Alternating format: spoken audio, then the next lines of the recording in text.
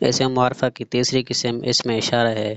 اسم اشارہ وہ اسم جس میں کسی کی طرف اشارہ کیا جائے، مثلا وہ، یہ، ذالکا دیٹ، ھذا دس۔ اسم موصول وہ اسم جو دو جملوں کو ملانے کا کام دے، مثلا جو کہ، الذی، اللتی، جو کہ دیٹ ہو، اور الذی، اللذانی، اللذین، اللذین، اللتی، اللتانی، اللتین، اللاتی، اللواتی۔ یہ الذی اور اللتی یہ واحد کے لیے ہیں اور اس کا معنی ہوتا ہے ہو۔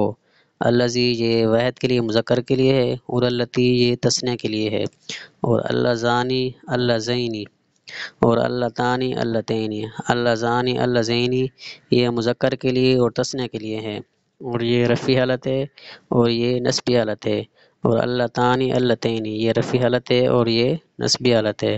اس طرح الذین، اللاتی، اللواتی، الذین یہ جمع کے لیے ہے، اور یہ اس کے بعد پھر اللاتی اور اللواتی، اور اللاتی یہ بھی یہ مؤنث کے لیے ہے اور یہ مذکر کے لیے ہے۔